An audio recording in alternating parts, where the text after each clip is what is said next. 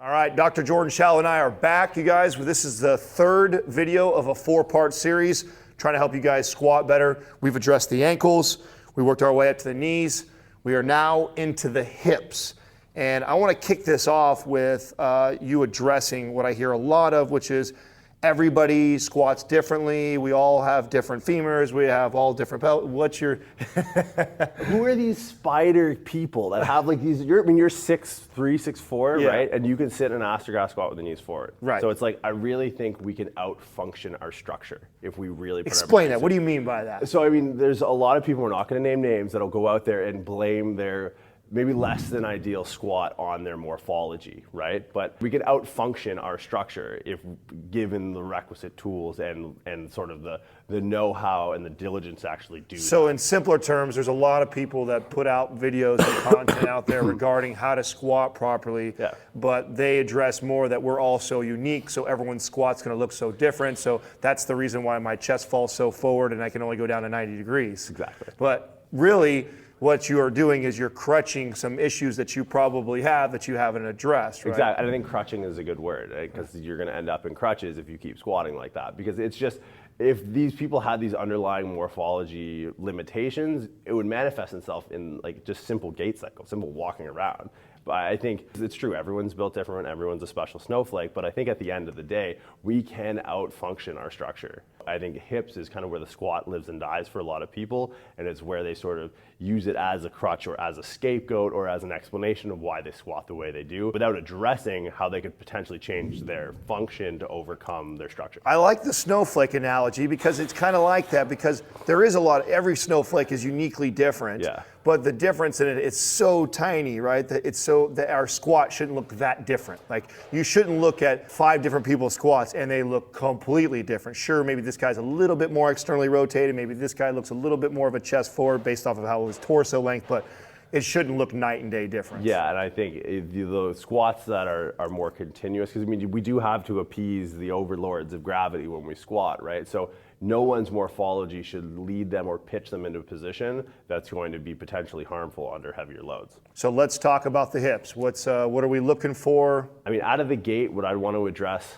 mobility, stability is stuff we've addressed in the past. I think cueing is where a lot of people go wrong. They can have the requisite mobility, have the requisite stability, but be steered down the wrong path from a cueing standpoint. And we'd alluded to this in the ankle and knee, where it's like sitting back out of the gate. So I want to think, we're going to take a step back from hip, ball, and socket and look maybe more like SI joints.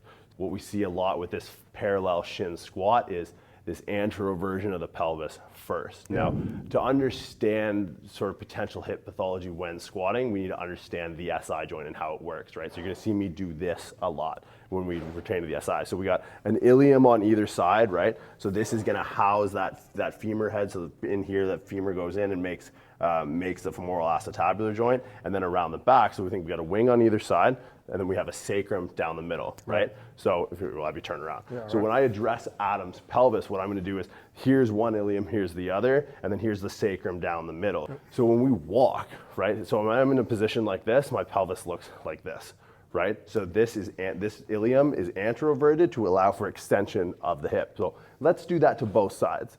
Let's go through this anteroversion on both sides. So here we have a pelvis position continuous with extension of the hips, and now we're going to try and flex through that.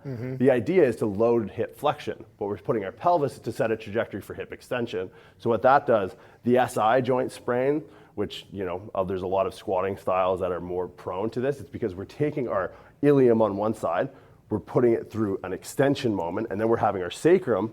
Let's talk about that. Yeah. What are some squat styles that are more prone to that injury? Okay, so the Ripito squat, a lot of CrossFit coaches you mean squat. where he cues the... Yeah, that is SI joint spraining 101, because here you have, your body naturally wants to keep your spine upright. It has a group of muscles that is designated to that. And you're going to ruffle some feathers saying this shit right here, because Ripto is known for his squat, and he'll pay off my student loans because of the amount of SI joint injuries I see.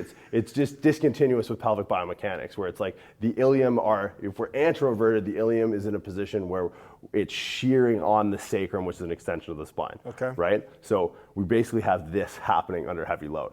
In that end range, when we don't have any functional stability, it's all on structure, and then you're going to rely on the major ligaments that reinforce the SI joint to take the brunt of that. So being here, sitting back, my spine wants to be upright as to not fall on my face, but my iliums are going forward on either side. So that's where people end up with a lot of, they'll point right here, and that's right where the SI joint articulates. So when we cue a squat, regardless of bar position, we want to almost try and neutralize the pelvis as best we can to appease the center of gravity based on where that bar is located on our back. And then even in the lowest bar position, it's hips and knees at the same time.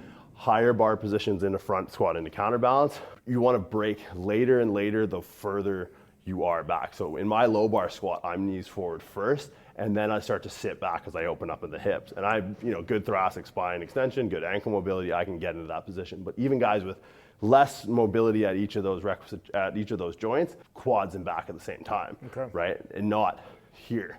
If you want to learn how to squat big and squat safely, look at the guys that are squatting the biggest and watch them. You won't see a rip squat, you won't see a CrossFit style squat. When you get up in the 6, 7, 8, 900 pound squatters, you won't see it because the form will weed them out. You can't do it. You can't maintain that shear force through the SI joints under the heavier load if you're going to cue that sit back moment. So for safety and strength reasons, what is that cue? Since we are using rib toe as an example, and I know we're going to probably piss off a bunch of people that are in that camp, what is the cue for optimal strength and optimal safety when you're at the bottom? What are you cueing, or what are you saying? So I've hit my depth. I've got where I need to be. I'm about to come out of that hole. What am I thinking about my hips right now? Right now, you want your hips to keep the weight loaded into the quads so that way you can make a vertical leg drive instead of a horizontal leg drive.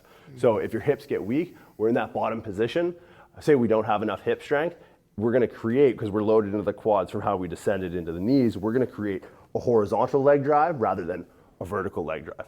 So it's a lot of upper back strength, it's a lot of how you set the bar, but we're in that bottom position. We want to make sure that the hips are allowing us to use our quads to get us into a position to finish the rep with the hips. So you actually say drive up, not back. Oh yeah, absolutely. Right. Because we've primed the quads to be one of the major movers of the lift. Because now we can play a weaker card first and then finish with our stronger card second. If we just load the hips and fail in the hips, we've failed the lift. If we load the quads, load the hips, and then when we come out of the quads, fail in the quads, then we can finish with the hips at a more advantageous position. Nice. Very, very good. Anything else you could think of that's important that you catch with the hips, or the breaking down of that you normally address? That would be the major one from a cueing standpoint, just the sitting back, that shear force in the SI. That can manifest itself primarily as an SI joint sprain. You'll also might get the pinching in the hips for that reason we talked about, where anteroversion is going to be continuous with extension, and then you're going to be flexing that femur through. So people that feel that pinching pain in the front or that shearing pain in the back can actually be the same cause, just a different symptom. This goes back to our video that we did on the Bulgarian split squat or the walking lunges, right? That's what's helping that. Exactly. So listen, if you guys need help in that area, this is you. Make sure you guys refer back to that video. Also, if this video helps you guys out, make sure you guys comment, like, subscribe, and share. We drop a new video every single day.